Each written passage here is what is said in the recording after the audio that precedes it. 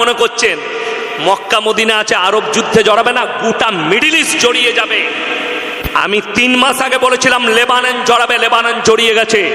1 মাস আগে বলেছিলাম Iran জড়াবে, Iran জড়িয়ে গেছে। খুব তাড়াতাড়ি সিরিয়া আর ইরাক জড়াবে। এমনকি গোটা আরব দুনিয়া 1 বছরের ভেতরে যুদ্ধে জড়িয়ে যাবে। গোটা মিডল ইস্টে যুদ্ধ হবে। আগামীতে পৃথিবীতে যুদ্ধ ছড়িয়ে পড়বে, 3য় বিশ্বযুদ্ধ। আর 3য় বিশ্বযুদ্ধে যিনি অংশগ্রহণ করবেন তিনি হচ্ছেন ইমাম মেহদি। জোরে বলুন সুবহানাল্লাহ। আর ইমাম মেহদির আত্মপ্রকাশ পাবে। রসুলের হাদিস, যে মুসলিমদের মনে ভয় ঢুকে আছে ইসলাম মিটে যাবে, শুনে যান। রসুলের হাদিস, খোরাসান থেকে এমন একটা যোদ্ধা বার হবে, দল বের হবে, তাদের যে কমান্ডার হবে সে হবে ইমাম মেহদি। তারা যখন যুদ্ধ করতে শুরু করবে পৃথিবীর আর কোনো শক্তি তাদের সামনে দাঁড়াতে পারবে না। তারা গিয়ে আল আকসায় ইসলামের ঝান্ডা গাড়বে। গোটা পৃথিবীতে ইসলাম প্রতিষ্ঠিত হবে। 20 কোটি মুসলমানের প্রাণ যাবে তার আগে, আর ইসলাম প্রতিষ্ঠিত হবে। লেখেলেন আমার মুসলমান ভাই, যদি বলছেন কিয়ামত কবে হবে, কোন জায়গায়, রসুলের হাদিস, কিয়ামতের ময়দান হবে। ওই ফিলিস্তিনের ময়দানটাই হবে কিয়ামতের ময়দান। ওই ফিলিস্তিন গাজার ময়দানটাই হবে কিয়ামতের ময়দান, যেখানে গোটা পৃথিবীর মানুষকে আল্লাহ জড়ো করবেন। মুসান্নাফ ইবনে আবু শাইবার হাদিস, গোটা পৃথিবীতে মুসল্লিতে ভরে যাবে মসজিদগুলো, কিন্তু সব হবে সুদখোর নামাজি আর বেঈমান নামাজি। তারা কেউ মুমিন থাকবে না। মসজিদগুলো নামাজিতে ভরে যাবে। বড় বড় অট্টালিকা, বাড়ি আর মার্কেট বানাবে। বাড়ি তৈরির কম্পিটিশন হবে, মুমিন খুঁজে পাওয়া যাবে না। রাস্তাঘাটে কুকুরের মতো নারী পুরুষ জিনা করবে তার আগে। এইগুলো সব প্রকাশ পাবে। আস্তে আস্তে কাবা ঘর তো দূরের কথা, নবীজির কত অপমাননা হবে আপনারা সহ্য করতে পারবেন না। আর পৃথিবীতে যুদ্ধ লাগবে। 3য় বিশ্বযুদ্ধ এত তাড়াতাড়ি হবে না। 3য় বিশ্বযুদ্ধ হবে কিয়ামতের পূর্বে। সেই যুদ্ধটা শুনেলেন কি নিয়ে? আল আকসা নয়, ফিলিস্তিন গাজা নয়, মিডল ইস্ট নয়। সেই যুদ্ধটা শুরু হবে রসুলের হাদিস। ফোরাত নদীটা শুকিয়ে গিয়ে সোনার পাহাড় বের হয়ে আসবে, আর সেটা নিয়ে গোটা বিশ্ব যুদ্ধে জড়িয়ে পড়বে। আর ওইটাই হচ্ছে কিয়ামতের মারাত্মক একটা আলামত। হাসিনা যাদেরকে বাড়ি ছাড়া করেছিল, এখন সেই হাসিনা বাড়ি ছাড়া, এই নিয়ে কিছু বলবেন? শুনেছি হাসিনা আমাদের দেশে আছে। আমি দাওয়াত দিয়েছি, দেশি মুরগি রেখেছি, খাওয়াবো নাকি। আমার নামে অ্যারেস্ট ওয়ারেন্ট জারি করেছিল। ইনশাল্লাহ জানুয়ারিতে যাচ্ছি আমি বাংলাদেশ। ইমাম মেহদি কখন আসবে এই নিয়ে কিছু বলবেন? ইমাম মেহদির জন্য হাদিসে যেটা আছে, হঠাৎ করে আত্মপ্রকাশ হবে। হয়তো তিনার জন্ম হয়ে গেছে, এটাও হতে পারে। আমি গ্যারান্টি দিয়ে বলছি না। কিয়ামতের পূর্বে জন্মগ্রহণ করবেন, হঠাৎ করে আত্মপ্রকাশ হবে ইমাম মেহদির, এবং তিনি হবেন একজন বড় যোদ্ধা, এবং তিনার কাছে আধুনিক অস্ত্র থাকবে। বর্তমান যুগে ছেলে ও মেয়েরা তদবির ও তাবিজ ব্যবহার করে, এটা ইসলামের দৃষ্টিতে কি এবং আপনার মত কি? আমি বলেই দিলাম ভাঙিয়ে। তাবিজে মেয়ে পাওয়া যায় না। অনেকজন, অনেক মা আছে, কি বললেন, এসে হুজুর দিকে বলে, হুজুর আমাকে একটা তাবিজ দেন তো, আমার শাশুড়িকে বশ করব। তো যদি যে মৌলবি বশ করার তাবিজ দেয় তাকে বলবো আমাকে একটা তাবিজ দেন, 1 লাখ টাকা দেবো ক্যাশ। ক্যাশ কত? 1 লক্ষ টাকা দেবো ক্যাশ। মোদিজি যেন আমার বসে চলে আসে। কথাটা বুঝতে পারেননি? মোদিজি যেন আমার কথা শুনে। বড় দুঃখ লাগে। ধোঁকা, প্রতারণা, প্রবঞ্চনা। আপনার যদি শুনেলেন শাশুড়িকে, আপনি বলছেন আপনার বসে থাকবে, শাশুড়ি চাইছে বৌমা আমার বসে থাকুক। ঠিক বলছি না? সবাই চাইছে। দেখবেন মায়েদের অভ্যাসটা, জামাই যদি বিটিকে খুব ভালোবাসে, শাশুড়িকে ভালোবাসে, বলবে জামাই আমার সোনাই ওজন করা। বলে না? বলেন। আর বেটা যদি শাশুড়িকে ভালোবাসে, বলছে ও তো পিপির গুলাম। ঠিক বললাম না? ওর বেটা শাশুড়িকে ভালোবাসছে, বেটা বিবির গোলাম। ছেলেরা ফেরে পড়ে গেছে। আর ওর জামাই যদি কিনে এনে ওকে শাড়ি দেয়, টাকা দেয়, তখন জামাই হচ্ছে সোনাই ওজন করা। আর ওর বেটা দিলে তখন ও হচ্ছে ভেড়া, গোলাম বলছে। কত বড় নিকৃষ্ট মন। ওই জন্যে দেখবেন অনেক শাশুড়ি আছে বৌমায়ের বিটি হয়েছে 3টে, বলছে কুলোচ্ছনে বৌমা 3টে বিটি, বেটা হলো না। বৌমার যদি 3টে বিটি হওয়ার কারণে কুলোচ্ছনে হয়, তো তোমার মা তোমাকে জন্ম দিয়েছে, তোমার মা কত বড় কুলোচ্ছনে? কথাটা বুঝতে পেরেছেন না পারেন? আর তা না হলে তুমি হিজড়ে বলো, আমি হিজড়ে। বড় কষ্ট লাগে। যারা মেয়ে পয়দা হলে খুশি হয় না, তাদের থেকে বড় নাফরমান বান্দা আল্লাহর কেউ নেই। যে পরিবারে মেয়ে পয়দা হয় আল্লাহর রহমত বর্ষিত হয়, জোরে বলুন সুবহানাল্লাহ। কিন্তু আমাদের দেশের নিয়ম আলাদা। বাজারে দেখা হয়েছে, ভাই কটা ছেলে পিলে হলো? বলছি বলি না, তোর ভাবি জাত খারাপ, পরপর 3টে বিটি। আর পাড়ার একজনের ছাগলের 3টে ছানা হয়েছে, বলছি জাতটা পেলি কোথাবে, আমাকে একটা দিস তো। শালা ছাগলের 3টে ছানা হলে জাত ভালো, আর বইয়ের 3টে বিটি হলে বলছে জাত খারাপ। তাহলে তোর জাতটা কিরকম ছাগলের জাত তুই বুঝতে পেরেছিস? বললেই আমি মলবি খারাপ। বড় কষ্ট লাগে যারা বিয়েতে যৌতুক নেয়। আজকে দেখুন আপনাদের মিটিয়াবুরু যে এখানে আছে নাকি জানি না, বিয়ের আগের দিনে গায়ে হলুদ আপনাদের হয়? গায়ে হলুদ হয়। কষ্টটা কি জানেন তো? কোনো মলবি যদি গায়ে হলুদ ইসলামে দেখাতে পারে, আমি তার গুলামি করবো ইনশাআল্লাহ। গায়ে হলুদ ইসলামে নাই। হলুদ আপনি মাখতে পারেন, বিয়ে শুধু নয়, এমনি হলুদ মাখে। গ্রীষ্মকালে শরীর ভালো থাকবে, নিম পাতার হলুদ মাখলে গায়ে ঘা ফুস হবে না, আপনি মাখতে পারেন। কিন্তু বিয়ের আগের দিনে বাবারে পাড়ার খালারা পুকুরা ওকে বস করিয়ে হলুদ মাখাচ্ছে। পেলি কোথায়? ওটা হচ্ছে খালার হাদিস, হাদিসুন নিসা। এইসব মুফতিরা মৌলবিরা খুঁজে পাবেন, ওটার নাম হাদিসুন নিসা। আমাকে মুর্শিদাবাদের একটা ছেলে 1 বছর আগে ফোন করে বলছে, হুজুর আপনি বলুন তো আমাবস্যার রাতে কি বিয়ে করা যাবে? আমি বললাম মোটেই করবি না, কালো ছেলে হবে। ফতোয়া কার? খালার না হলে ফুপুর। আমাদের মৌলবিদের কাছে সব দিনটাই বিয়ে করা যাবে।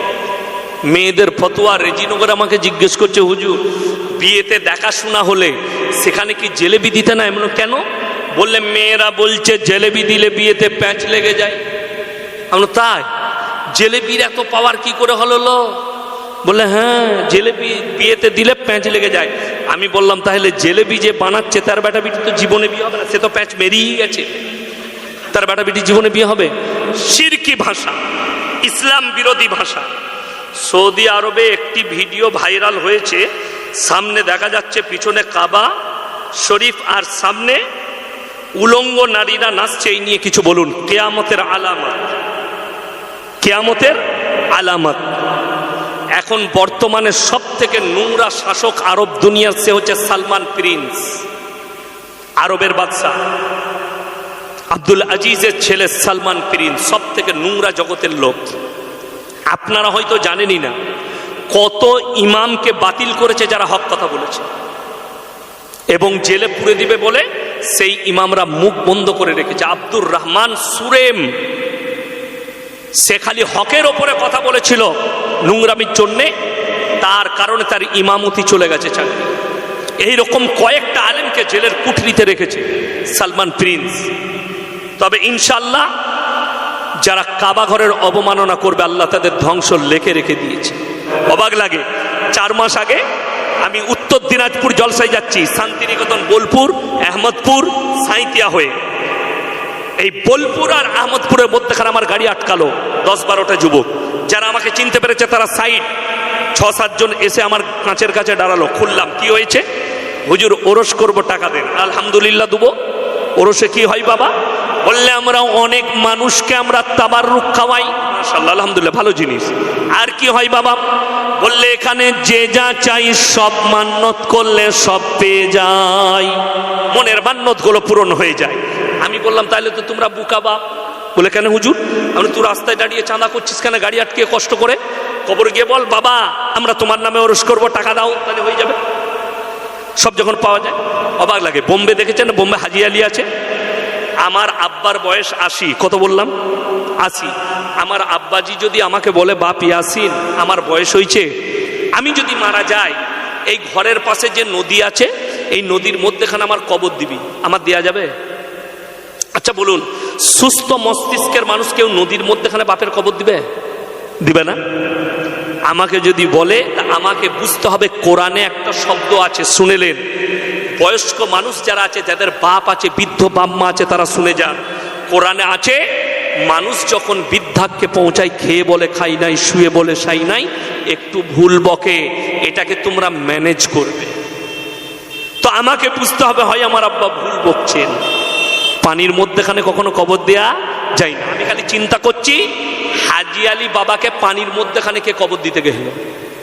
কথাটা বুঝতে পারেননি?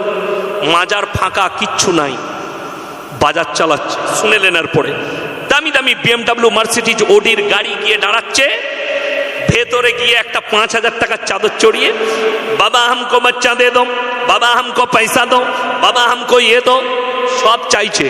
যখন ওইখান থেকে বেরিয়ে আসছে, তখন রাস্তার দুদিকে ভিখারি বসে আছে। আল্লাহকে নাম পে দে দে, ও জানে টাকাটা মাজারে নাই, তোর পকেটে আছে। কথাটা বুঝতে পারেননি? যদি মাজারে পাওয়া যাবে তো ভিখারি তোর কাছে চাইবে কেন? ও তো মাজারে চাই। দুঃখের বিষয়, আল্লাহ ছাড়া ভালো মন্দের মালিক কেউ আছে? কথা বলবেন। আল্লাহ ছাড়া কল্যাণ অকল্যাণের মালিক কেউ নাই। যদি বলেন কোরআনের রেফারেন্স দেন, কোরআন শুনেলেন 17 পারা। কত পারা বললাম? কত পারা বললাম? 17 পারা, একবারই শেষ পৃষ্ঠা। 17 একবারই শেষ পৃষ্ঠা, শেষ রুকু, প্রথম আয়াত। কোরআন কি বলছে শুনেলেন? ইয়া আইয়ুহান নাসু যুরিবা মাসালুন ফাসতামিউ লাহু ইন্নাল্লাযীনা তাদউনা মিন দুনিল্লাহি লান ইয়াখলুকু দুবাবান ওয়ালা বিজতামাউ লাহু ওয়া ইয়াসলুবুহুমুদ দুবাবু শাইয়ান লা ইয়াস্তানকিদুহু মিন। হে আমার নবী বলো, তোমরা যাদের কাছে ভালো মন্দ চাও, তাদেরকে জিজ্ঞেস করো, তারা একটা মাছি পর্যন্ত সৃষ্টি করতে পারে না।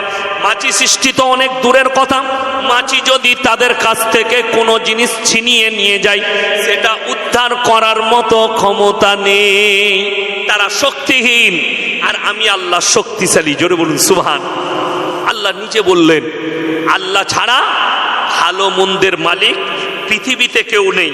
আল্লাহ আমাদিকে মুর্শিদাবাদে বেলডাঙ্গায় আল্লাহকে গালি দিয়েছে, লাইটিংয়ে গালি ব্যবহার করা হয়েছে। কিছু বলেন? আমি আগেই बयान করে দিয়েছি, कुत्ता दो कंडीशन में भोगता है, एक तो उसका मालिक पीछे खड़ा है, या तो वो पागल हो चुका है। दिन ये 2 कंडीशन में कुत्ता भोगना शुरू कर। এরপর ভেবে দেখুন, শুনেন, যারা করেছে শুনলাম অ্যারেস্ট হয়েছে, মারাত্মক অপরাধ। তবে আমি আপনাদেরকে একটা অনুরোধ করে যাব, একজন যদি কেউ গালি দেয়, গোটা কমিউনিটিকে আপনি গালি দিতে পারেন। আপনার আল্লাহকে গালি দিয়েছে, আমি কোরআন শোনালাম প্রথমেই, আপনি কারো দেবদেবীকে গালি দিতে পাবেন না। ওয়ালা তাসুব্বুল্লাযীনা ইয়াদউনা মিন দুনিল্লাহি ফায়াসুব্বুল্লাহা আদওয়াম বিগাইরি। কারো দেবদেবীকে গালি দিও না। আমার তো মনে হয় লাইটিংওয়ালাকে অ্যারেস্ট করতে হবে। সে জানে কোথা থেকে কি হয়েছে, কম্পিউটারে টাইপ করা হয়েছে। আমি অনুরোধ করব, আপনারা দোয়া করবেন, যারা চক্রান্তকারী আল্লাহ তাদের উপযুক্ত শাস্তি আল্লাহ নিজে দিবেন। আর যারা করছে, আপনারা সাবধানে পা ফেলাবেন। কেউ চাইছে এই পশ্চিম বাংলার শান্তির মাটিকে অশান্তি করে দিই, এটা আপনারা হতে দিবেন না। আপনারা শান্তি বজায় রাখুন। উত্তরপ্রদেশে এটা সম্ভল মসজিদে সার্ভে নিয়ে উত্তরপ্রদেশে উত্তপ্ত। মোবাইলে দেখছিলাম, ডিটেলস আমি জানি না, ডিটেলস পেলে তবে আমি আপনাদের কাছে কথা বলব। সার্ভে আজকে আমি কিছুই বলতে পারবো না, ইনশাল্লাহ কালকে বলবো, না হলে পরের সপ্তাহে বলবো। চলুন, আরো আছে, দাও কি আছে দেখে।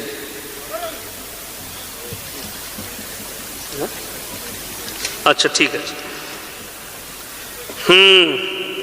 বিয়ের কথা বিয়ের কথা মেয়ের পরে ফোনে কথা বলা ইসলামের দৃষ্টিতে কি? বিয়ের কথা ঠিক হওয়ার পরে, দেখুন আমার বায়ানের মধ্যে এগুলো আছে, যদি কোনো মেয়ের বিবাহ ঠিক হয়, হয় না হয় না, আমাদের সিস্টেম এখন নতুন এসছে বেঈমান কাফেরের কাছ থেকে, তারা জাল দিয়ে ঘেরে ফেলেছে, আমরা ফেসে গেছি। সন্তানকে আপনার ছেলে আপনি দেখতে গেলেন, মেয়ে পছন্দ হলো, বিয়ের দিন ঠিক হবে, একটা মোবাইল গিফট করে এলো বউকে, বিয়ে হয়নি তখন, সেই মোবাইল রাতের বেলায় শুরু করলো, হারামখোর সিম ভরিয়ে দিয়েছে। এই যে গল্প শুরু হলো বিয়ের আগে। আচ্ছা আপনারা বলুন, বিয়ের দিনে বিয়ে ভাঙতে পারে না পারে না? আরে আপনারা কি বলছেন? আমাদের বর্তমানে এক জায়গায় গোস্ত নিয়ে মারামারি করেছে দিয়ে বিয়ে ভেঙে। হ্যাঁ বাস্তব বলছি, বাংলাদেশে এক জায়গায় গোস্ত কম পড়েছে দিয়ে বালতি করে মাথা চেপে চালিয়ে দিয়েছে, বিয়ে ভেঙে গেছে। তাহলে বিয়ের দিনে বিয়ে ভেঙে গেল। তকদিরে যদি না থাকে, বিয়ের দিনেও বিয়ের মঞ্চেও বিয়ে ভেঙে যেতে পারে। বিয়ের আগে, ইজাব কবুলের আগে ছেলে মেয়ে কথা বলা হারাম এবং জিনার করার পাপ হবে, আর এই পাপের জন্য দায়ী হবে মা এবং বাবা। মাথায় রাখবেন। আমাদের ছেলেরা যারা মনে মনে করছেন, এখন দেখবেন একটা প্রেম বেরিয়েছে, ওটার নাম দিয়েছে হালাল প্রেম।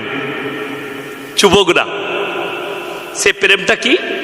প্রেমিকাও নামাজি, প্রেমিকও নামাজি। হ্যালো, সালামু আলাইকুম, ভালো আছো? তুমি কেমন আছো? সারা রাত কথা বলছে। যখন ফজরের আজান হচ্ছে, আল্লাহু আকবার, আল্লাহু আকবার, প্রেমিক বলছে তোমাদের ওখানে আজান হচ্ছে? হ্যাঁ। নামাজ পড়বে না? হ্যাঁ। তাহলে রাখছি শোনা? হ্যাঁ রাখো। রেখে দিবে? হ্যাঁ রেখে দিচ্ছি। একটা দিবে না? যারা চাই তারা বুঝে গেছে, ওই জন্য হাসছে। নাউজুবিল্লাহ। এ কখনো প্রেম? শুনেন, প্রেম জায়েজ, ইসলামী শরীয়তে প্রেম কি জায়েজ।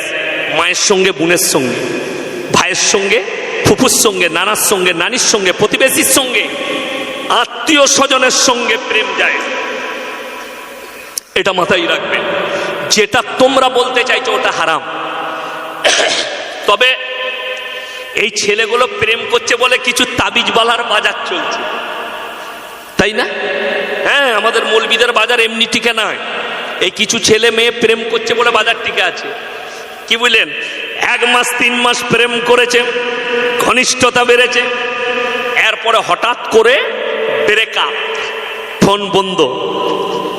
কি তখন এই চা দিতে গিয়ে ডিস্টার্ব করবেন না, আস্তে আস্তে চা দেন। আমি বায়ান বন্ধ করে দোয়া করে দেব। ভাই গাড়িগুলোকে ক্লিয়ার করে যেতে দেন আস্তে আস্তে, কমিটির ছেলেরা গাড়িগুলোকে আস্তে আস্তে পার করিয়ে দেন। আমার ভাই, প্রত্যেকটা ভাইকে অনুরোধ করছি, কচি কাঁচা, আপনি যে ব্যবস্থা নিয়েছেন যে হুজুর আমি অনেক ভালোবাসতাম, এখন কিন্তু মেয়েটা আমাকে আর পাত্তা দিচ্ছে না, হুজুর কোন রকম একটু ব্যবস্থা করে দেন। হুজুর তো করবে। তো হুজুরকে বলছে এমন কোন তাবিজ দেন সে যেন আমার কাছে ছুটে আসে আর আমাকে যেন ফোন করে। তো হুজুররা কি বোকা যে তাবিজ দিয়ে মেয়েটা তোমার কাছে আসবে? আবে হুজুর তো আগে নিজের কাছে টেনে নিব। আচ্ছা তাবিজে যদি মেয়ে পাওয়া যেত, আমরা মৌলবীরা কেউ গরিব হতাম? কথা বলেন? হ্যাঁ, আমরা মৌলবীরা কেউ গরিব হতাম না। কেন? তাবিজে মেয়ে পাওয়া গেলে আমরা আর ইমামতি করতাম না, খালি দেখতাম বাপের একটা বিটি আর ভালো মালকার আছে, পয়সা, মা তাবিজ আর টেনে, ইমামতির দরকার নেই, বড় লোকের জামাই। তো এইটাই সমাজের বুদ্ধি নাই। 100টা লোক সমাজকে ধোঁকা দিয়ে খাচ্ছে। আল্লাহ মাফ করুক। আমার ভাই, প্রতারণায় প্রবঞ্চনায় পড়বেন না। ইসলামে যেটাকে তুমি বলছো ওটা হারাম। হ্যাঁ, জায়েজ তরিকা বলে দিই, কারুর যদি কোনো মহিলাকে পছন্দ হয়, কোনো মেয়েকে, আপনি প্রস্তাব পাঠাতে পারেন। রাসূল আকরাম সাল্লাল্লাহু আলাইহি সাল্লামের মেয়ে হযরতে ফাতেমাতুজ জাহরা রাদিয়াল্লাহু তাআলা আনহার জন্য প্রথম বিয়ের প্রস্তাব এনেছিলেন হযরতে উসমানে গনি রাদিয়াল্লাহু তাআলা আনহু, ইয়া রাসূলুল্লাহ আমি আপনার মেয়েকে বিবাহ করতে চাই। নবীজি উত্তর দিলেন, তুমি উসমানে গনি, তুমি ফাতেমার থেকে ভালো বিবি পাবে, ফাতেমা তোমার থেকে ভালো স্বামী হয়ে গেল। হযরতে আলীকে বললে তুমি গিয়ে দেলমোহর নিয়ে এসো। তিনি দেলমোহর নিয়ে এলেন। এইটা হচ্ছে জায়েজ তরিকা, তোমার তকদিরে থাকলে পাবে, না হলে পাবে না। বেঈমান কাফেররা শুনেলেন রাসূল আকরাম সাল্লাল্লাহু আলাইহি সাল্লামের হাদিস, আখরি জামানায় সমাজে হারাম আওলাদে ভরে যাবে। কিয়ামতের পূর্বে এই সমাজ হারাম আওলাদে ভরে যাবে। আপনি অবাক হবেন আমি যদি তথ্য দিই। এ আমার কলকাতার যুবকরা, হাওড়া জেলার যুবকরা শোনো, বেঈমান কাফের ইহুদি নাসারারা তারা ঠান্ডা মাথায় তোমাকে দিয়ে জিনা করাচ্ছে, তুমি ভাবতেই পারো না জিনাটা কি। যদি বলেন ঠান্ডা মাথায় জিনা কি, আপনি দেখতে পাবেন এই যে 14ই ফেব্রুয়ারি ভ্যালেন্টাইন ডে, নাম রেখেছে ভ্যালেন্টাইন ডে। হে আমার মুসলিম যুবক যুবতীরা শুনে যাও, স্কুল কলেজ পড়ুয়ারা, এটা বেঈমান কাফের আর ইহুদিদের তৈরি করা ঠান্ডা মাথায় জিনার রাস্তা। আল্লাহ তাআলা কোরআনে এদের জন্য সাবধান করেছেন, কোরআনে ইহুদি আর নাসারাদের জন্য বিশেষ করে আল্লাহ সাবধান করেছেন। এরা ঠান্ডা মাথায় নাম দিয়েছে 14ই ফেব্রুয়ারি ভ্যালেন্টাইন ডে, কাজ হচ্ছে জিনা করা। নাম দিয়েছে রোজ ডে, কাজ হচ্ছে জিনা করা। নাম দিয়েছে চকলেট ডে, কাজ হচ্ছে জিনা করা। নাম দিয়েছে রোজ ডে, নাম দিয়েছে কিস ডে, কাজ হচ্ছে জিনা করা। এগুলো ঠান্ডা মাথায় আপনার আমার সন্তানকে দিয়ে জিনা করা। এখানে যদি 100টা কলেজের ছেলে আর ইউনিভার্সিটির ছেলেকে দাঁড় করায়, 80 জন 80টা মুসলিম যুবক যুবতী আরবি 12টা মাসের নাম বলতে পারবেন। কিন্তু এরা ডেট লিখে রেখেছে কবে 25শে ডিসেম্বর হবে, কলকাতায় যাবে মদ পান করতে, কলকাতায় যাবে গির্জায়, খ্রিস্টানদের গির্জায় গিয়ে আশীর্বাদ নিতে যাবে কলেজ পড়ুয়া আর স্কুল পড়ুয়া ছেলেরা। হাইরে মুসলমান, তোমার জানা নাই কোরআন সূরা ফাতিহা আখরি আয়াত গায়রিল মাগজুবি আলাইহিম ওয়ালাদ-দাল্লিন, মাগজুম মানে ইহুদি, দাল্লিন মানে নাসারা। এই দুটো দলই পদভ্রষ্ট, আর এদের যারা অনুসারী হবে তারাও পদভ্রষ্ট হয়ে যাবে। 1 জানুয়ারি হারাম মুসলমানের জন্য পালন করা, 25শে ডিসেম্বর মুসলমানের জন্য হারাম। আমি বলিনি, কলকাতার মিডিয়ারা বলছে 1 বছর আগে 2023 সালের 25শে ডিসেম্বর কলকাতার শুধু টাউনের বুকে 22,000 নিরোধ বিক্রি হয়েছে কন্ডম। একদিনে অতগুলো জিনা হয়েছে, 22,000 ছেলে মেয়ে জিনা করেছে কলকাতার বুকে, হাজার হাজার মুসলিম যুবক। খ্রিস্টানরা আহলে কিতাব থেকে বেরিয়ে গেছে। যারা মনে করছেন তোমার ঈদের নামাজে তারা আসবে না, মুখে পিশাব করে দিবে খ্রিস্টানরা, তোমার বকরা ঈদে আসবে না, তোমার মুখে পিশাব করে দিবে, অথচ তুমি তার অনুষ্ঠানটাকে নিজের মনে করেছো। কোরআনে আছে লা ইলাহা ইল্লাল্লাহ ওয়া লা ইলাহা ইল্লাল্লাহ। তোমরা দুটো নৌকায় পা দিও না। যদি বলেন আপনি সম্প্রীতি নষ্ট করছেন, এ মূর্খের আওলাদ, যদি তোমার হিম্মত থাকে স্টেজে এসো। যদি মনে হয় ইয়াসিন সাহেব সম্প্রীতি নষ্ট করছে, আমার রসুলের থেকে দামি সম্প্রীতি পৃথিবীতে কেউ দেয়নি। আল্লাহ রসুলের হাদিস শুনে যাও। তোমার বাড়ির পাশে কে বসবাস করছে দেখো না, সে হিন্দু হোক, দলিত হোক, আদিবাসী হোক, খ্রিস্টান হোক, জৈন হোক, যে ধর্মেরই হোক, সে ক্ষুধার্ত হলে খাবার দাও, বস্ত্রহীন হলে বস্ত্র দাও, বিপদে পড়লে পাশে দাঁড়াও। তা বলে এটা নয় যে তার ধর্ম তুমি পালন করবে আর আমার আল্লাহ মেনে নিবে। আল্লাহ এক এবং অদ্বিতীয়। আল্লাহ ছাড়া যদি কেউকে আপনি উপাস্য হিসাবে মেনে নেন, আল্লাহর কাছে সব থেকে জঘন্যতম পাপ অপরাধ হচ্ছে শিরকের পাপ। আল্লাহ ব্যতীত কবরে যদি সিজদা করেন, আল্লাহ ব্যতীত গাছের কাছে, আল্লাহ ব্যতীত পাথরের কাছে, আল্লাহ ব্যতীত মূর্তির কাছে, আল্লাহ ব্যতীত সূর্যের কাছে, সব আল্লাহর সৃষ্টি, আল্লাহ ব্যতীত অপরের কাছে করলে আপনার থেকে বড় অপরাধী আল্লাহর কাছে কেউ নয়। ওই জন্য আপনার বিশ্বাস হবে আল্লাহর প্রতি, এবং আপনার কাছ থেকে পৃথিবীর একটা মানুষ কষ্ট পাবে না। আল্লাহ কোরআনে বলেছেন, কেউ যদি কোনো মানুষকে হত্যা করে, সে যে ধর্মেরই হোক, গোটা মানব জাতিকে সে হত্যা করলো। কেউ যদি একটা মানুষকে বাঁচালো, রসুলের হাদিস শুনেলেন, যারা মা বোন আছেন তারা শুনবেন, যাদের মাথা ঢাকতে লজ্জা লাগে, যাদের শরীর ঢাকতে লজ্জা লাগে, যাদেরকে মুসলিম বলতে হিজাব করতে লজ্জা লাগে, সেই নোংরা নারীরা শুনে যাও। আল্লাহর হাবিব সাল্লাল্লাহু আলাইহি সাল্লাম রাস্তা দিয়ে যাচ্ছেন, একটা বেঈমানের মেয়ে মুশরিকের মেয়ে হাতেম তায়ের বিটি, মাথায় কাপড় নেই, গায়ে কাপড় নেই। রাসূল সাল্লাল্লাহু আলাইহি সাল্লাম মাথার পাগড়িটা খুললেন আর হাতেম তায়ের বিটির মাথায় চাপা দিলেন আর বললেন, রাসূলের সাহাবীরা, ইয়া রাসূলুল্লাহ, এটা মুশরিকের বিটি। আল্লাহর নবী ধমক দিলেন, এ আমার সাহাবীরা শোনো, আমি মেয়েদের মাথা শরীর ঢাকতে এসেছি, খুলতে আসিনি। জোরে বলুন সুবহানাল্লাহ। আল্লাহর নবী দেখেননি এটা কোন ধর্মের, ওই জন্য শুনে রেখে দেন। খ্রিস্টানরা 3 জনকে আল্লাহ বলে মানে। কজনকে বললাম? খ্রিস্টানদের আল্লাহ কটা? 3টে। নাম্বার 1, তারা আল্লাহকে সৃষ্টিকর্তা হিসাবে মানে।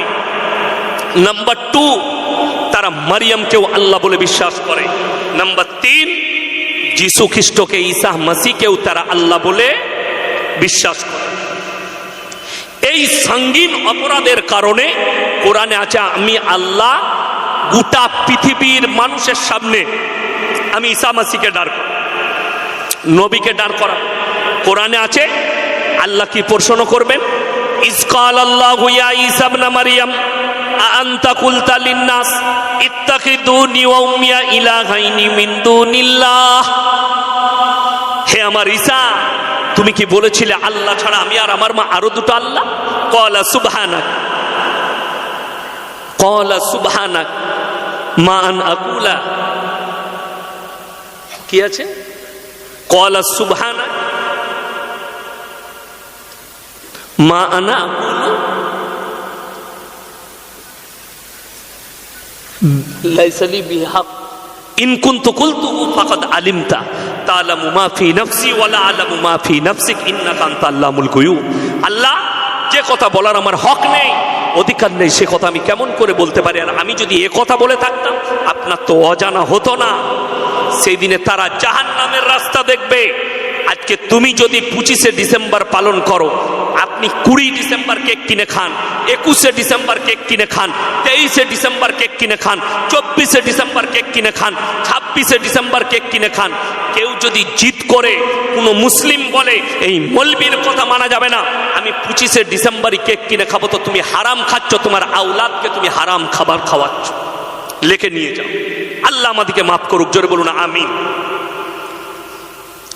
সাধারণত বাড়ির মেয়েরা যে পোশাক আশাকে থাকে এবং বিয়ে বাড়িতে গেলে বা মেলায় গেলে অনেক রূপসজ্জা এবং নিত্য নতুন পোশাক পরে যায়, এই বিষয়ে আপনার মত কি? আরো একটু ছোট পোশাক পরবে, তাই না? নাউজুবিল্লাহ। 1 নম্বর, ইসলামে মেলা হারাম। কি বললাম? কথা বলে না? জোরে বলুন, মেলা কি হারাম? ইসলামে একমাত্র মেলা হারাম 1 নম্বরই। 2 নম্বর, নারী আর পুরুষ যদি নির্জনে এক কাছে হয়, 3 নম্বর যে ব্যক্তি হাজিরি দেয় তার নাম হচ্ছে শয়তান। কোরআনে আছে, ইন্না শাইতানা লিল ইনসানি আদুউম মুবিন। শয়তান হচ্ছে মানুষের প্রকাশ্য দুশমন। কি দুশমন বললাম? প্রকাশ্য দুশমন শয়তান। আপনাকে সব সময় ধোকার চেষ্টা করবে।